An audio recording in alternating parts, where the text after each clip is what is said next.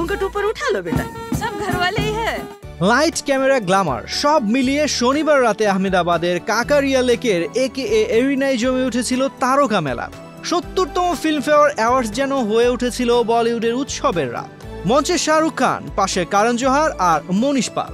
হাসি, আবেগ আর ঝলমলে পারফরমেন্সে ভরপুর ছিল পুরো সন্ধ্যা। কিন্তু সব আলো ছাপিয়ে এবার বলিউড মাতিয়েছে একটাই নাম, লাপাতা লেডিস।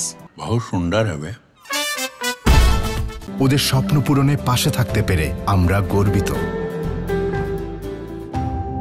কিরণ রাও পরিচালিত এই সামাজিক ব্যঙ্গ আর মানবিক আবেগে ভরা সিনেমাটি জিতেছে সেরা চলচ্চিত্র সহ 13টি বিভাগে পুরস্কার। এক কথায় ফিল্মফেয়ার ইতিহাসে এটা এক নতুন মাইল ফলক।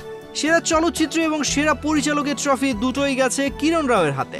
সিনেমা প্রেমীদের মধ্যে বাস্তবধর্মী গল্প আর অসাধারণ পারফরমেন্সই লাপাতা লেডিসকে এনে দিয়েছে এই ঐতিহাসিক সাফল্য।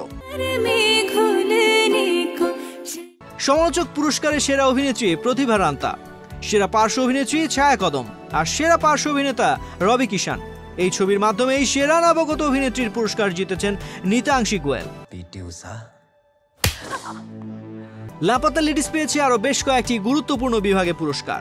সেরা সংলাপ ও চিত্রনাট্য স্নেহা দেশাই, সেরা ব্যাকগ্রাউন্ড স্কোর ও মিউজিক অ্যালবাম রাম সম্পাদ, সেরা লিরিক্স প্রশান্ত পান্ডে, সেরা পোশাক পরিকল্পনা দর্শন জালান আর সেরা প্লেব্যাক সিঙ্গার হয়েছেন অরিজিৎ সিং।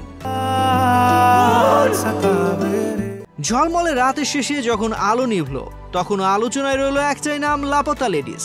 এক সিনেমা 13টি পুরস্কার আর এক নারী পরিচালকের সাফল্যের গল্প, যা বলিউডকে মনে করিয়ে দিল ভালো গল্পই আসল তারকা।